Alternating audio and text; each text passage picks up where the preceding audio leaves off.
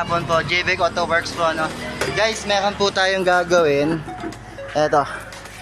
Yung kanyang rolling po doon sa pickup niya ay hindi nagbubukas.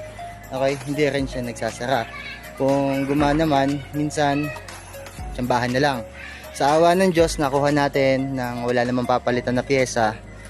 Guys, lagi kong sinasabi sa inyo, minsan madumi lang kasi yung mga sakit niyan. Minsan kailangan lang talaga ng mga lubricant.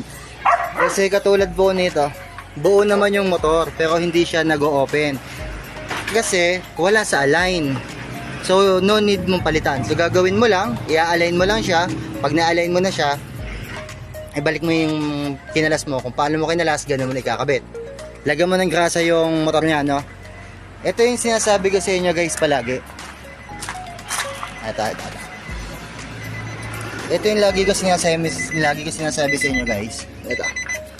Ito, buo to. Alam niyo ang problema nito. Yung socket niya kasi hindi nagko-contact, madumi. So sprayan niyo lang po siya ng contact cleaner guys. Okay, kapag ang sasakyan ninyo o mga sensor niyo o yung mga tawag dito, yung mga gumagamit ng mga socket guys. Pag minsan meron, minsan wala, usually madumi yun na naglo-lost contact. Yun lagi po yung tatandaan. Huwag po agad kayo bibili. Katulad nito, ito tinesting. Pero ito kasi naglo-lost na to. Hindi na to kaya repairin. Kung mare-repair to, ayokong gawin. Ito. Tapos, itong sa akin na to, nisprayan natin siya. So, sa awa ng Diyos, gumana siya. So, testingin natin, ha.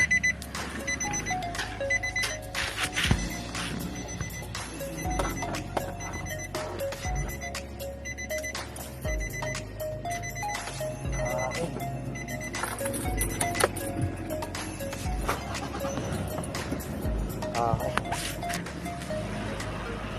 Ayun. Sir, pasuyo nga po ako.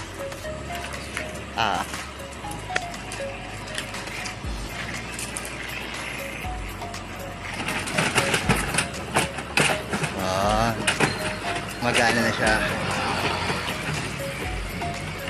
Kanina kasi ayaw niya magbukas. Okay, naka-stack up siya. Open na siya. Dito guys, wala ka naman papalitan ng pyesa. Laging tatandaan guys, kapag mga motor, dumi lang yan. Madumi. Pag walang reaction, sira. Pag meron reaction, madumi lang yan.